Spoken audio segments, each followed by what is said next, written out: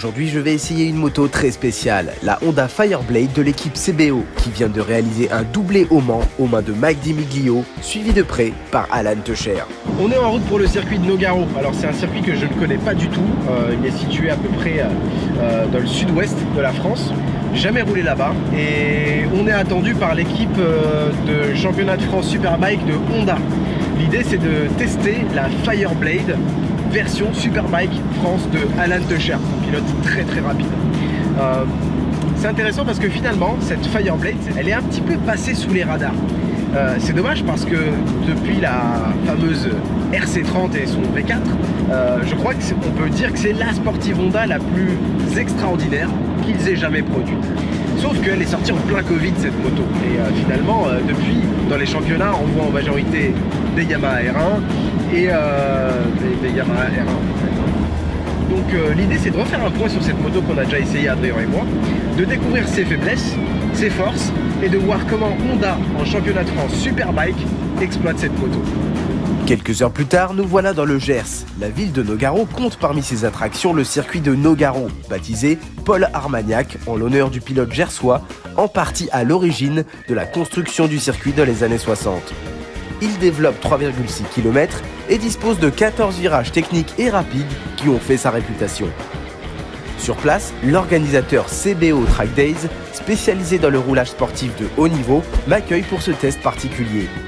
Rendez-vous au box 4 où l'équipe Honda prépare les motos. Le responsable de tout ça, Philippe de Souza, m'attend de pied ferme.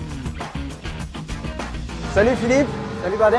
Merci pour l'invitation. Avec plaisir. Alors je crois que tu es le team manager de cette équipe, ouais. CBO, donc, qui roule avec des Honda en championnat de France Superbike. Ouais, donc je suis invité à faire quelque chose aujourd'hui. Est-ce que tu peux m'expliquer ce que c'est? Alors aujourd'hui on t'a invité en fait pour comparer un petit peu la Fireblade d'origine, donc un modèle 2022. Ok. Et comme ça tu vas pouvoir la découvrir et ensuite basculer sur notre modèle donc de course. D'accord. Type donc Superbike France. Et ça sera juste la moto d'Alan Techer en fait, avec laquelle il a fait la saison cette année. Ouais. Donc, tu vas pouvoir voir un petit peu les différences avec l'électronique HRC et toutes les modifications qu'on amène nous sur les suspensions, sur le moteur, voilà, et tous les petits détails qu'on peut apporter et les petits secrets aussi. Les petits secrets? Les petits secrets. Il y a les petits secrets. Donc est-ce qu'on peut dire que c'est la Honda la plus rapide de France? Ah, absolument, on peut le dire. Ouais. Si on peut se vanter un petit peu, oui. On peut se vanter un petit peu, je pense, d'accord. Facile à exploiter ou ça va être compliqué? Ça, tu me le diras tout à l'heure. Moi, je le sais déjà, mais tu vas le découvrir. Ah, d'accord, j'ai peur. On va se mettre en jambe avec la Fireblade standard. 4 cylindres en ligne de 217 chevaux pour 201 kg avec les pleins. Je vais l'essayer entièrement d'origine, au rétroviseur et support de plaque prêt et équipé de pneus slick Michelin. Et voilà, direct, sortie de stand Honda. C'est-à-dire que, pour ceux qui ne connaissent pas, la moto est d'un naturel déconcertant. Qu'est-ce qu'elle est rassurante. Adrien et moi, on avait déjà essayé cette machine et on avait adoré le châssis. C'était un châssis Honda, prévisible, sain, simple. Tout ce qu'il faut pour assurer le pilote. Le moteur, en revanche, c'était de la dynamite sur la V1, très creux et excessivement puissant, avec une marche à 8000 tours. Oula. Avec une marche à 8000 tours incroyable. Bon allez, je me concentre un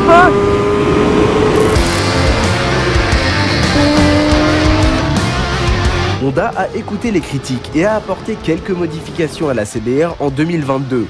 Moins creuse à mi-régime, grâce à une cartographie moteur revue et une transmission finale plus courte, elle est un poil plus facile à piloter. Un poil.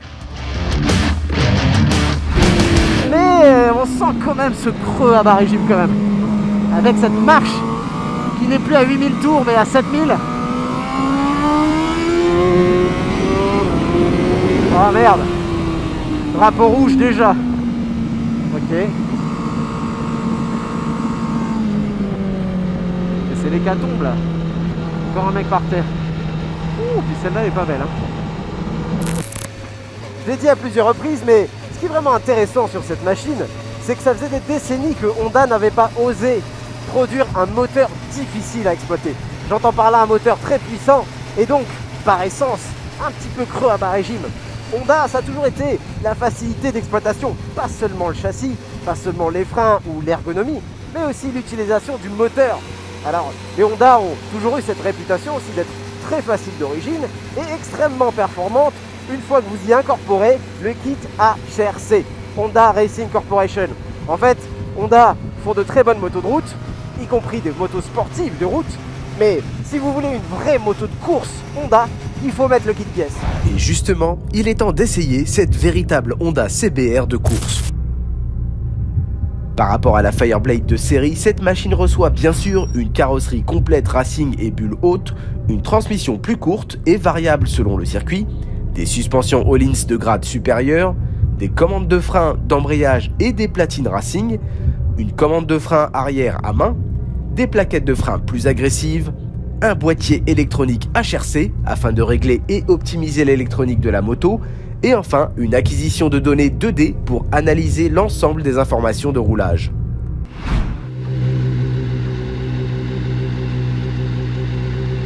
Allez, c'est parti.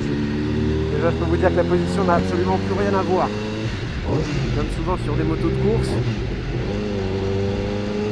on ouvre les demi-guidons, on donne plus de bras de levier. Je suis assis un peu plus haut sur une selle bien plus ferme, qui va forcément donc améliorer le feeling, le ressenti de ce qui se passe sous le train arrière. Et là, ce que je peux vous dire, c'est déjà qu'elle vibre beaucoup plus que la version standard. On a de la vibration. Oh, alors, il vient de se passer un truc incroyable. Cette moto est allée toute seule exactement où je voulais aller, sans forcer sur la direction. Wow. Oh. Oh. Woo.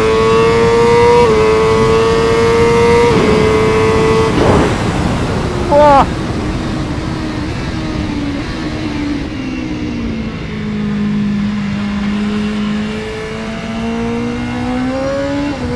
Ok, il faut que je réapprenne tout là. Elle n'a strictement rien à voir avec l'autre. Déjà, je suis un rapport au-dessus. Et elle ressort. Wouh. Oh la vache. Wow.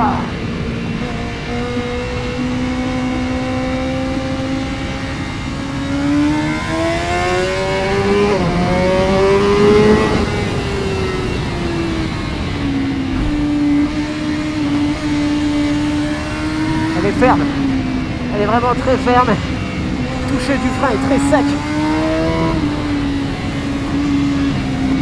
Vraiment une machine impressionnante.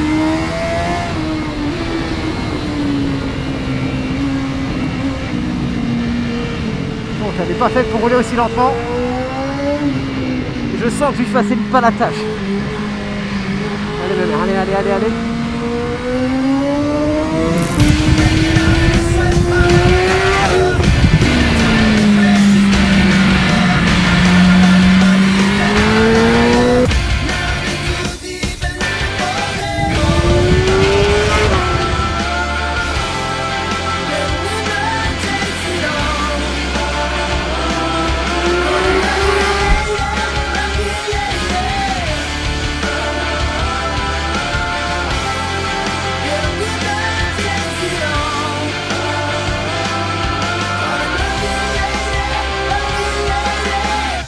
Donc là, je viens de rentrer de mon premier run, découverte de la machine, le circuit pas bien en tête, donc sois gentil, voilà. Rigole pas trop, parce que je pense que rien que la forme des courbes, déjà, t'as envie de rigoler. Ouais, non je pense que déjà il y a une grosse différence, mais on va essayer de superposer, de trouver les similitudes et puis de t'aider pour ton pilotage, quoi.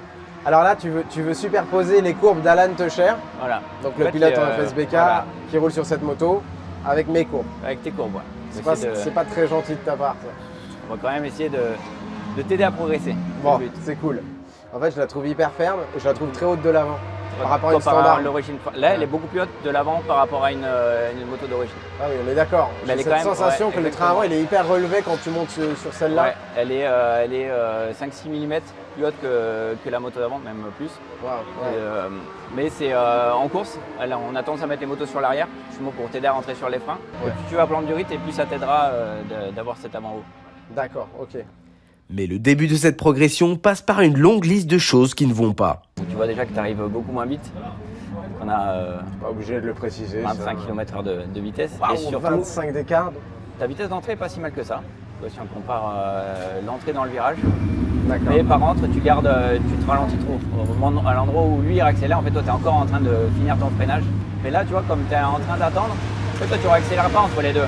Tu ne refais pas, tu arrives au même point, mais beaucoup moins vite et tu rattrapes après ton freinage. Vraiment, tu freines plus tard parce que tu n'as pas fait vraie accélération entre les deux virages, quoi. Ouais.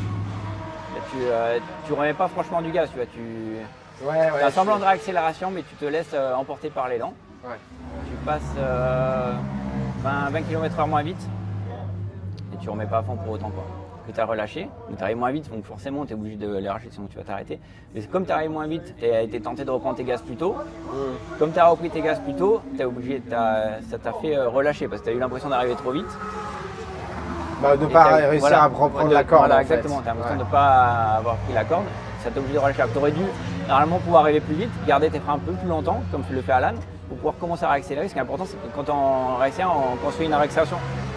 On ne doit pas relâcher les gaz. Parce que du moment que tu relâches, tu perturbes tes suspensions et tu vas perturber tout ton virage. Attends, redis-moi ça s'il te plaît.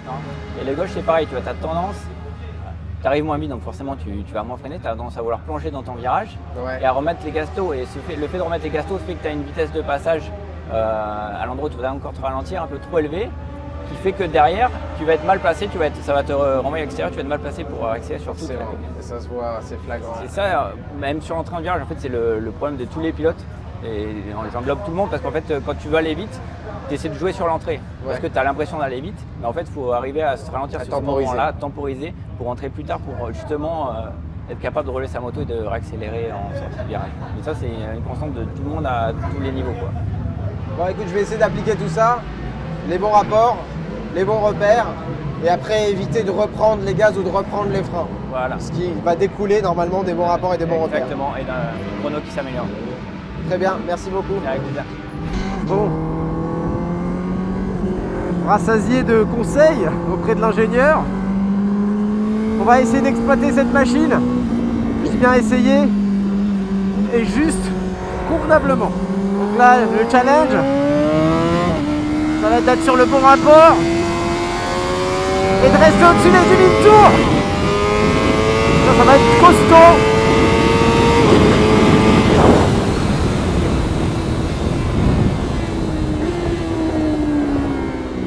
Voilà, j'arrive dans le virage, je suis déjà trop bas dans les tours.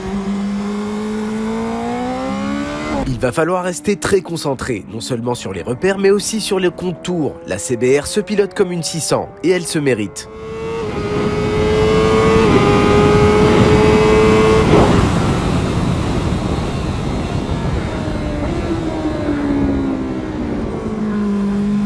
C'est ça toute la difficulté, c'est d'arriver à garder ses repères de freinage, à les repousser petit à petit, sans freiner excessivement fort et casser toute sa vitesse.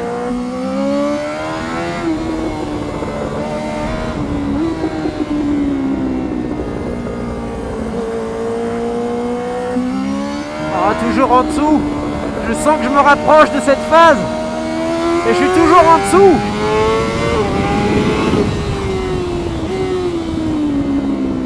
Ah, garde de la vitesse.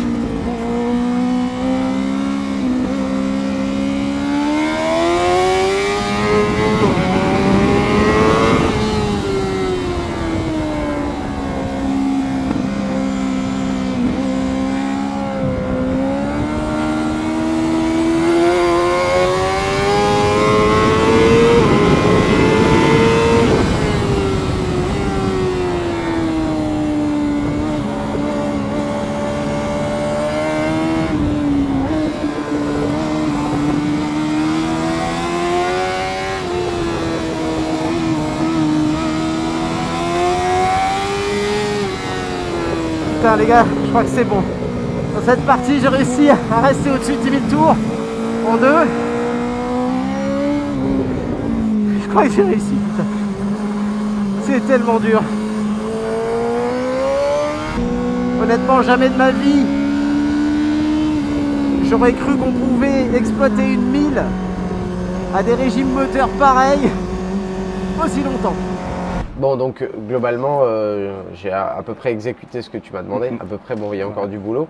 On peut parler faire des vitesses comparatives, vitesse max et angle par rapport à Alan, juste pour voir ce que ça donne. On a un angle maxi d'Alan de 61 degrés. D'accord. Sur 100 tours. On voit que c'est répétable sur l'ensemble de ces tours. Il y a entre 60 et 61 degrés d'angle maxi. Et toi, j'ai peur. 57. Parce que je n'ai pas regardé ton 39.1, mais en fait, on a 57 degrés. On a 4 degrés d'écart. Vous êtes à peu près à la même vitesse milieu de virage, sauf que tout est sauf que lui, par contre, en fait, il arrive à accélérer avec autant d'angles. C'est qu'il a vraiment cette confiance dans l'électronique et dans les pneus. Dans l'électronique, dans les pneus, et pas les mêmes pneus non plus.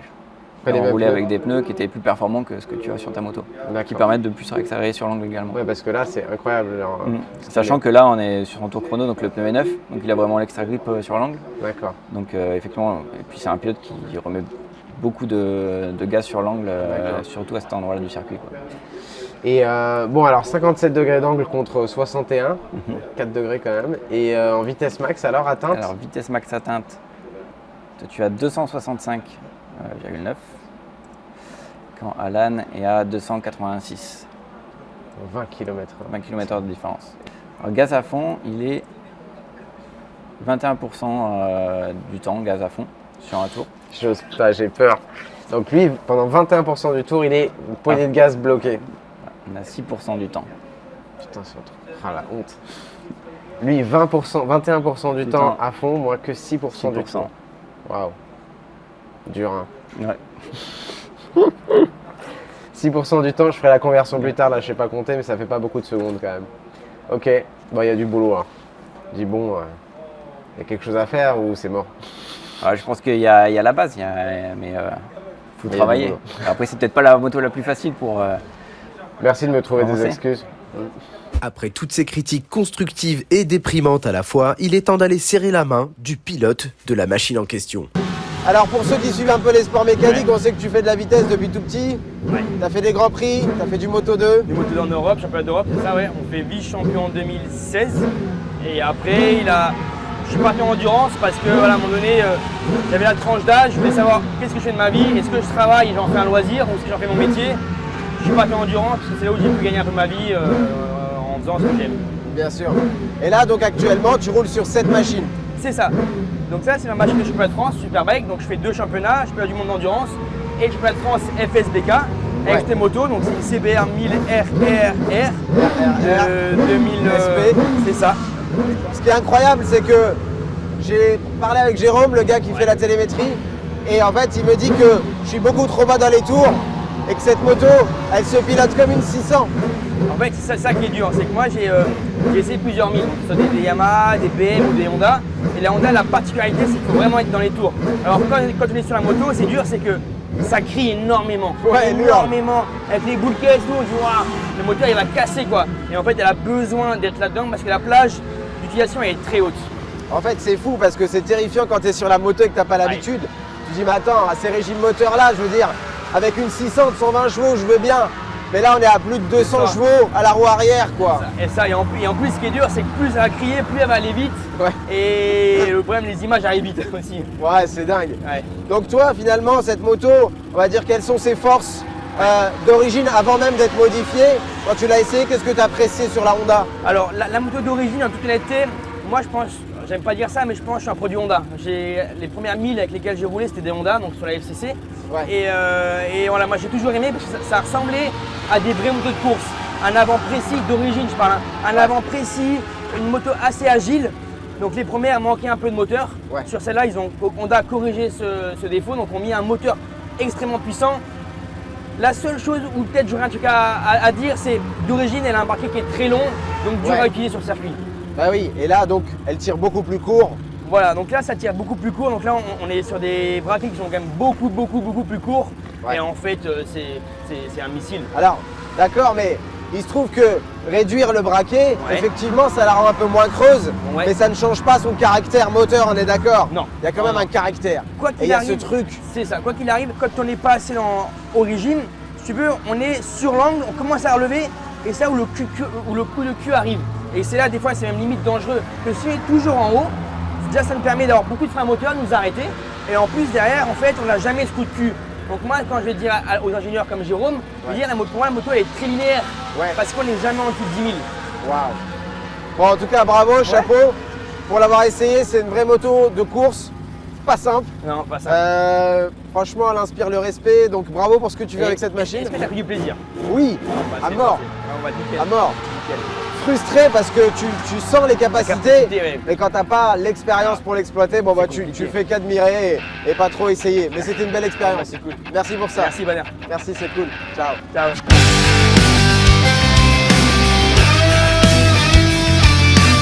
Débriefing CBR 1000RRR Fireblade FSBK.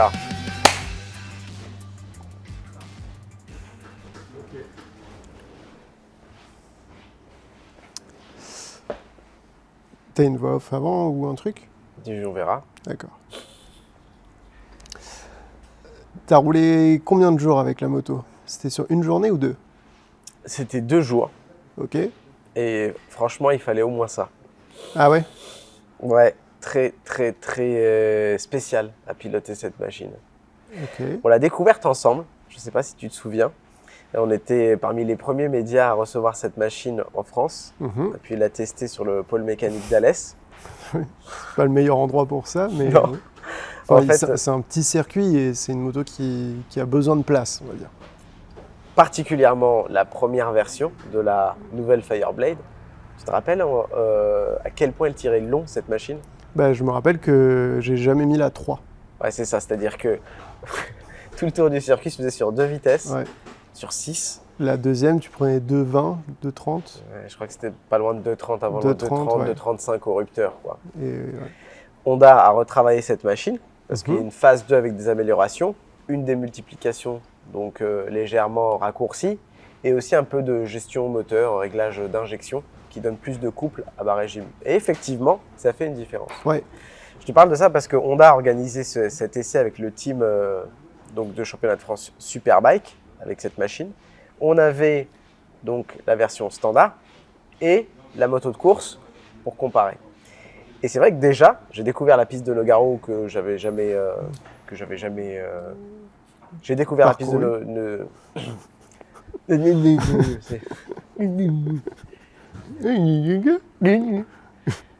Donc j'ai découvert la piste de Nogaro, j'avais jamais roulé là-bas. Premier tour de roue, Fireblade stock. Elle est trop bien cette moto. Déjà, ouais, moi j'ai réessayé du coup la version 2. C'est abusé. Ouais. Tu dis, ah oui, bah c'est ça. Enfin, t'as l'impression que celles d'avant, ils se sont ratés. Parce qu'effectivement, elle est creuse, elle ressort pas trop des virages. En haut, elle est très bien. Tempête en haut, mais Mais tu te dis, ah, putain, pour aller chercher tout le temps en haut dans les tours et en profiter, c'est pas évident, surtout avec une 1000. Et la version 2, il y a genre plus de soucis. ouais. Elle ressort des virages comme une 1000 normale et tu profites de toutes les qualités de la première version. Ouais. Ça, c'est en termes de moteur, mais en termes de châssis, je me rappelle que quand tu l'as essayé au Ice Ride Festival, tu étais un peu sur le cul. Ouais, ouais, parce que très compacte et surtout, je trouvais qu'elle tournait très naturellement. C'est ces motos où une fois sur l'angle, tu lâches les freins et hop, ça y est, elle a y va quand pivoté, même. quoi. Ouais. Tu vois, t'as pas à la forcer pour la faire tourner, en fait. Écoute, c'était exactement la même sensation. Et en descendant de cette moto, je me suis dit, en fait, déjà, d'origine, tu as ça, tout est bien. Le bruit, parce que c'est une machine qui fait un bruit sublime dans les tours. Enfin, t'as rien à... Tu pourrais penser, en tout cas, quand tu essayes cette machine, qu'on ne peut pas l'améliorer franchement. Ouais. Donc, quand tu as fait ton premier run avec celle d'origine, tu t'es pas dit « Ah, j'aimerais bien qu'elle ait un peu plus de ça, un peu moins de Alors, ça. » honnêtement, ils m'ont proposé de changer les réglages, tout ça, mais tu arrives sur un circuit que tu découvres, sur une moto sur laquelle tu as fait 8 tours, ce serait quand même prétentieux de dire aux gens « Remets-moi 3 clics là, parce que je sens que l'avant il fait ci. Bon, tu te dis, bon, tu sais quoi, avant de changer quoi que ce soit, il y a de la marge. Et déjà, ça peut rouler très très vite d'origine, cette machine. Mais bon, après, il y a l'essai de la machine de Superbike France. Celle de Alan Techer. Oui. Pilote qui a notamment roulé en Grand Prix, extrêmement rapide, qui a roulé en endurance bien sûr. Voilà. Il roule avec cette machine en vitesse pure, donc en championnat de France Superbike. Et là, c'est plus du tout la Fireblade d'origine gentille, facile, non, plus du tout. Ça n'a plus rien à voir. Ok. Qu'est-ce qui t'a le plus choqué, le premier tour que tu as fait avec?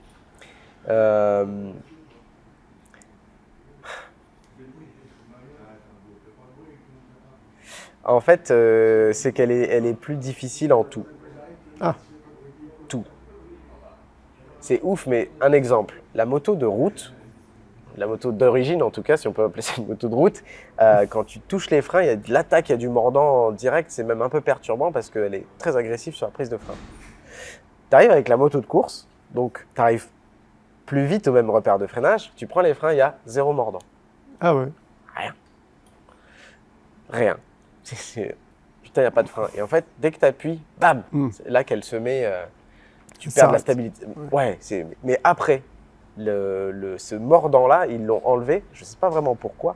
Je crois qu'à un moment, ils m'ont expliqué qu'en fait, cette attaque très agressive du frein, elle n'était pas intéressante pour les pilotes parce que ça les empêchait de taper le frein vraiment très tard, parce qu'ils étaient obligés de se concentrer, de mettre beaucoup de précision dans leurs gestes à la prise de frein. Sinon, ça déstabilisait trop la moto d'entrée, en fait. C'est ça, encore qu'ils sont capables de le gérer, mais je pense que c'était plus une question de concentration, de dire de toute façon je tape les freins, je sais qu'il n'y a pas une attaque phénoménale, mais que la puissance elle est après. C'est vrai que ça t'économise un petit peu d'énergie en termes de pilotage. Et c'est fou parce que c'est quelque chose auquel on ne s'attend pas. On s'attend à ce qu'un freinage soit encore plus agressif sur une moto de piste, et en fait il est plutôt l'inverse. Il est au début il freine pas, et puis après il freine énormément. Et tout est un petit peu comme ça avec cette machine, si tu veux. Elle tourne moins bien, tant que tu roules pas très vite. Ouais, oui, bah, c'est une moto de course. Ça. Voilà. Bon, bah, toi, tant que tu connais ça très bien. Moi, beaucoup moins que toi. Et j'avoue que quand tu arrives là-dessus, déjà, tu roules moins vite, mais c'est obligé. Ah oui, d'entrée, c'est difficile de rouler vite. Juste, ça dit quoi, là, le jour-nuit, là? Ne tape pas trop, Valère, sinon tu prends la lumière et je t'éclate le visage. Ouais, quand t'es comme ça, c'est bon. Est-ce qu'on peut reculer peut-être le... Non, mais c'est bon, moi j'ai de la marge. Hein. Ouais. Tant que t'es dans l'angle comme ça, c'est Ok, je vais faire attention.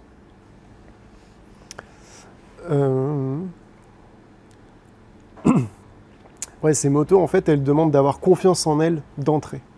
Tu vois, de pouvoir justement rentrer sur les freins, les coucher énormément pour les faire tourner.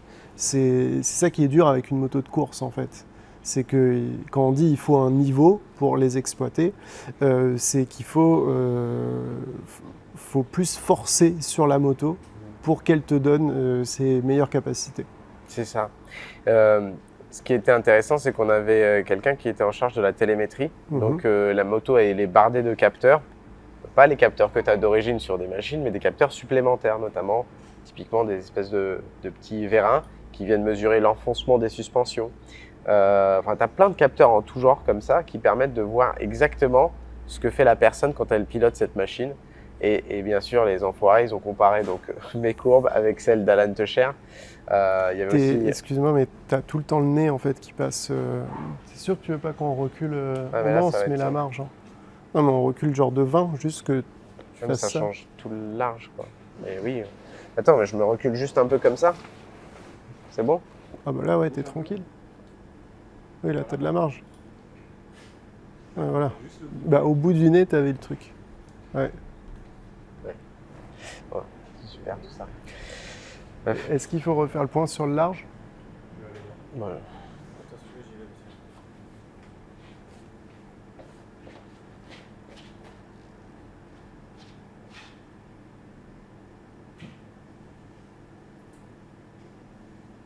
T'as un point de chevelure qui fait une crinière de lion au soleil. Ah. Applique-toi. Hein. Je fais de mon mieux. Putain, ça fait tellement longtemps que je me rappelle plus de grand chose. Elle était C'était une Ducati. bleu verte, je crois. Ou une Kawasaki, je sais plus. Bon, elle est vite en tout cas. T'as pas coupé un Patrick? Non. Ok. Donc oui, vous avez superposé les courbes. Ouais. Bon. C'est bon. Ok. Et bien évidemment, ces petits salopards, ils ont superposé les deux courbes. Donc les miennes avec celle de Alan Techer qui a, je crois, le record de la piste là-bas, ou si c'est pas le cas, c'est pas loin. Et c'était assez affligeant, je dois avouer. Mais c'était quand même hyper intéressant de voir la différence de réactivité en fait d'un pilote qui connaît sa machine par cœur, qui connaît la piste, et quelqu'un qui découvre une moto de piste sur un circuit qu'il connaît pas. Donc bien évidemment, la plupart du temps, les courbes, les miennes étaient genre tremblotantes, hésitantes. On aurait dit que j'avais Parkinson. Et que... Oui, par exemple, l'ouverture des gaz, on voit que il va progressivement, t'en remets, t'en enlèves un peu. L'écran, c'est « Oh putain, tu t'es chauffé, oh t'as coupé parce que t'as peur ». En fait, quand tu connais par cœur et que t'as tes repères, ça n'arrive pas. Les courbes sont beaucoup plus binaires en fait. Ouais, c'est 1 ou 0. C'est ça. Et le gars de la télémétrie m'a dit qu'on reconnaît tout de suite un pilote rapide à la forme des courbes. C'est-à-dire que moins il y a de variables dans le pilotage, et plus le mec sait ce qu'il fait. En gros, il est soit en train d'accélérer fort, soit en train de freiner fort, mais ces hésitations ou ces « attends, je me recale, attends, je suis pas sur le… Ah, j'ai trop ouvert et tout », ça n'existe pas en fait. Ouais. Et le challenge, ça a été pendant 2 jours d'essayer de se rapprocher un maximum de la forme de ces courbes. Mais c'était très, très dur. Et du coup, à la fin, au bout de ces 2 jours, c'est sur quoi qu'il te mettait le plus en fait? C'était quoi le plus gros écart que vous aviez? Sur quelle phase de pilotage? Clairement, l'accélération. Clairement, l'accélération parce que, en fait, c'est 40 mètres en fait, entre la corde et la sortie du virage. C'est le truc où eux, et ça se passe sans doute bien avant parce que c'est vraiment une question de placement et de position. Le moment où tu commences à accélérer, si tu es mal placé dans ton virage, c'est foutu, quoi. Souvent, j'avais trop d'angles au moment où lui, il était en train de redresser et déjà accélérer. Parce que moi, je me plaçais mal à la base et tout au début du virage, en fait. Mais oui, c'est clairement sur les phases d'accélération parce qu'eux, ils n'hésitent pas. On avait des pneus Michelin qui étaient très particuliers, qui généraient énormément de mouvement. Et Alan me disait, de toute façon, ces pneus, dans tous les cas, ils bougent. C'est-à-dire qu'ils adhèrent ou pas, ils donnent du mouvement. Donc, de toute façon, il ne faut pas se poser de questions, il faut y aller. Et à un moment, l'adhérence arrive. Bon, je l'ai écrit sur parole hein, parce que j'avais pas très envie d'essayer. Mais c'est clairement l'accélération. Parce que les repères de freinage étaient à peu près les mêmes. Ils arrivaient plus vite. Et l'intensité de prise de frein, l'angle, il y avait, je crois, 2 degrés d'évolution. Il n'y avait pas grand-chose, tu vois. Mais clairement, l'accélération. Et est-ce qu'ils accéléraient plus tôt ou plus tard que toi? Plus tôt. Ah ouais, quand même. Ouais, plus tôt. Mais clairement, j'avais un problème de trajectoire et moi, j'arrivais pas à accélérer avec cette moto. Impossible. Et sur quelle phase de pilotage tu étais le plus près d'eux? Où est-ce qu'il y avait le moins d'écart? Au niveau le secteur qui relie le box aux toilettes. Là, sur cette zone-là, j'étais même plus vite une fois. Je suis allé pisser plus vite que… je crois que je me suis jamais rapproché d'une quelconque phase de pilotage d'Alan. J'ai pas réussi en 2 jours. C'était pas en 2 jours. En tout, on a eu 5 sessions, si tu veux. 5 sessions de 15 minutes. Donc tu prends du… Ouais, si, le repère de freinage, quoi. Tu arrivais à peu près, en termes de vitesse, je crois qu'à la fin, j'arrivais… peut-être que la vitesse max, ils atteignaient, je te dirais une bêtise, genre 280, et moi, j'étais à genre 275, tu vois. Ah oui. En termes d'approche de vitesse, quoi. D'accord. Ouais. Au niveau de la vitesse max, arriver au bon repère, ça, j'étais à peu près pareil. Par contre, la phase d'accélération, je me faisais vraiment démonter, quoi. Mais à ma décharge, la Fireblade, c'est vraiment une moto très spécifique à piloter. Alan, qui a beaucoup d'expérience en compétition, m'a dit qu'en fait, cette machine, elle se pilotait vraiment comme une 600 qui faisait 230 chevaux, ce qui est terrifiant. Parce que pour les gens qui ne savent pas, une 600, bah forcément, ça se pilote très haut dans les tours parce que c'est le seul endroit où il y a vraiment la puissance et on reste jamais en bas. Sauf qu'une 1000, normalement, tu as quand même plus de cylindrée, donc plus de couple Et le moteur, il a moins de difficulté à ressortir des virages à moyen et moyen haut régime, on va dire. Sauf elle, qui, malgré les évolutions, reste quand même creuse en bas. Et Alan m'a dit que cette machine, de toute façon, se pilote uniquement entre genre 10 000 et 15 000 tours. Tout le temps. Tout le temps. Tout le temps. Et il m'a dit que même en championnat de France Superbike, quand les autres... Et il m'a dit que même en championnat de France Superbike, la première fois qu'il est sorti avec cette moto, que les autres pilotes entendaient la machine hurler dans les tours, tout le monde me dit « Mais qu'est-ce que tu fais, mec? C'est de casser le moteur ?» ou team manager et tous les gens qui roulent sur chez d'autres constructeurs, quand ils ont entendu la Fireblade rouler la première fois, ils se sont dit que le pilote cherchait à casser le moteur, vraiment. Et on dit « Non, mais les gars, en fait, elle se pilote comme ça, cette moto. » Et même Alan a dit que ça lui prenait énormément de temps et d'énergie au début de se concentrer sur ce régime moteur pour rester en haut. D'accord. Obligé de la cravacher et de rester tout le temps. Mais tu sais que j'ai essayé, j'ai jamais réussi en fait. Je crois que le mieux que j'ai fait, c'était peut-être un tour où je suis pas descendu sous les 7000. Ce qui est déjà, pour moi, c'était difficile en si peu de temps avec cette moto. Mais il fallait être encore bien au-delà. Sauf que quand tu es à 10 000 tours, avec une 1000, c'est très très pétard quoi. tu es sur le filet de gaz là, et que tu dois sortir du filet de gaz pour t'extraire du virage, bah, c'est là où je me faisais démonter. C'est que, tu vois, Alan, justement, il y avait aussi Mike DiMeglio. Les deux, ils n'hésitent pas, quoi. Ils y vont.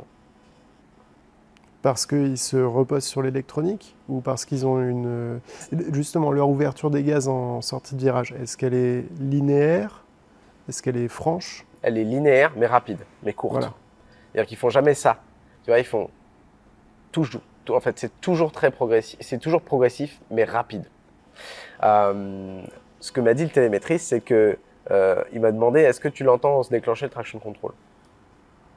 Non. Il dit bah ça m'étonne pas. C'est une des rares motos où en fait l'électronique est tellement subtile et fine. Quoi? Ça te fait le reflet de la montre sur le visage. C'est une catastrophe. Il m'a dit il y a beaucoup de machines en fait du marché où le pilote sent le traction control. Soit il l'entend, soit il sent une vibration, soit il sent que effectivement le traction control est actif. Sur la Honda, c'est très difficile à ressentir. Et ça, c'était un problème qu'avait Alan au début et Mike DiMeglio.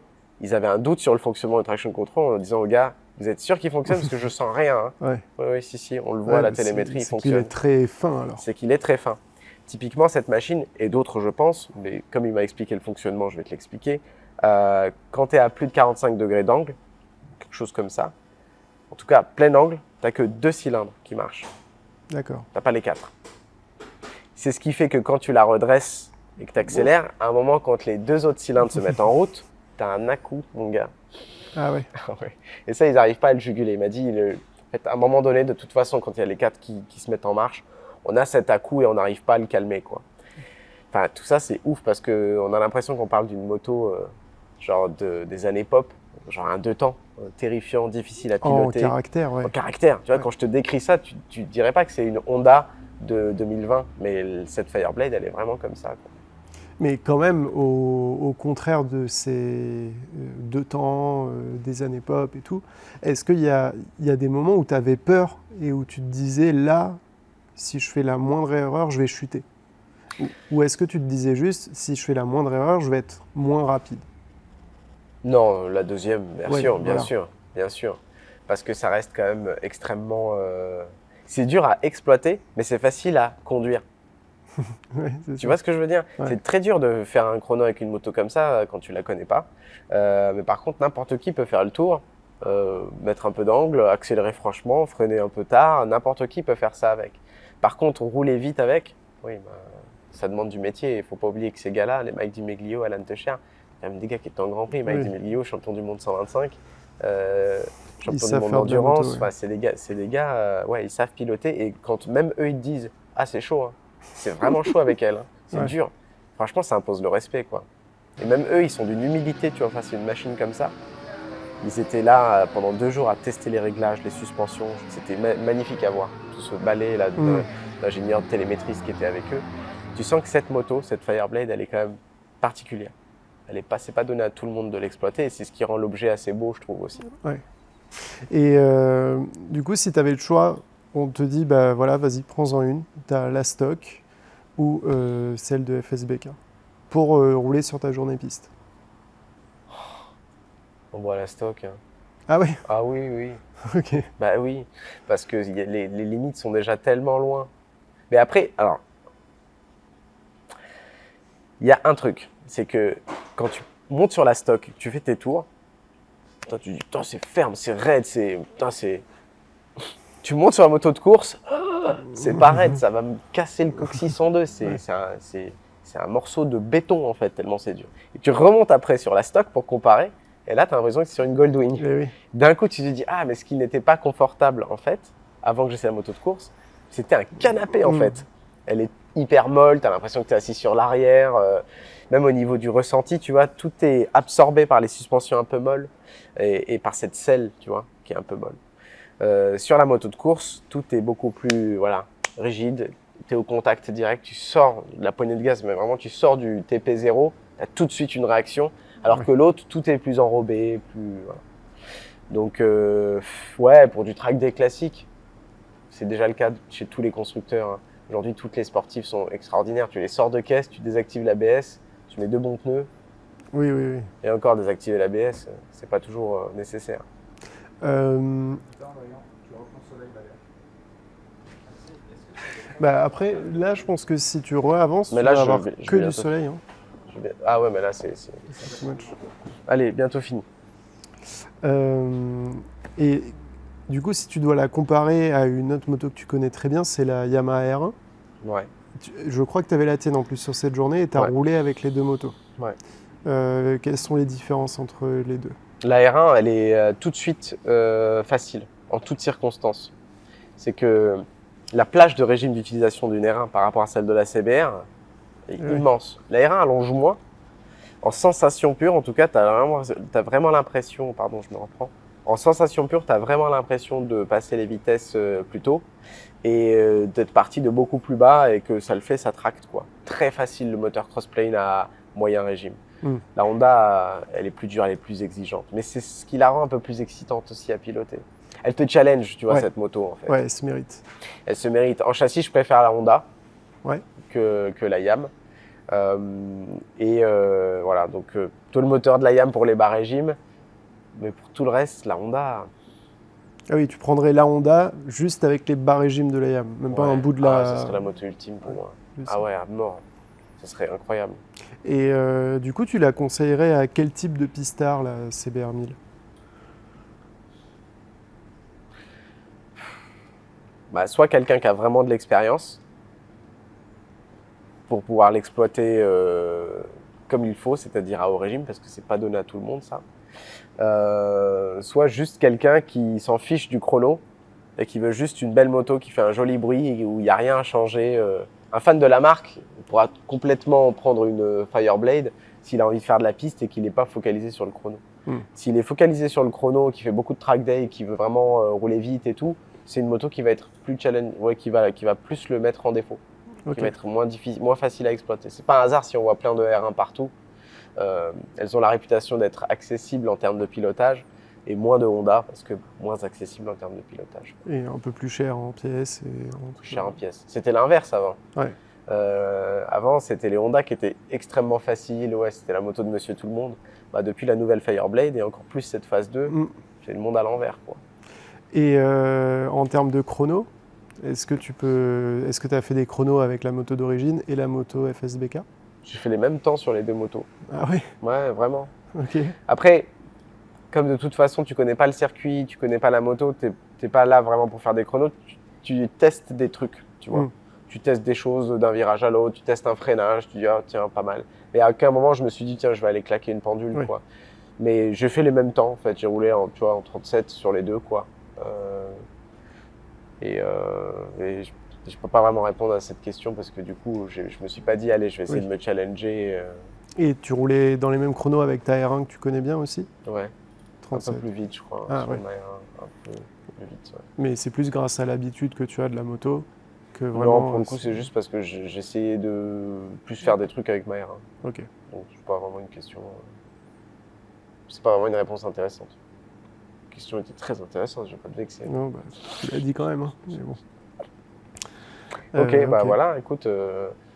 Non, belle découverte et je pense que bah, ça donne envie en fait de comprendre, de connaître cette machine et d'aller plus loin, quoi. Oui, de comprendre son fonctionnement, comment l'exploiter, comment... Ça serait cool de faire un hyper-test. Franchement, En vrai, les ouais. comparer toutes. Parce qu'à chaque fois que j'en essaye une et que je descends d'une moto, je me dis, prends celle-là. Non, mais c'est vrai. Et je pense que ça te fait la même chose.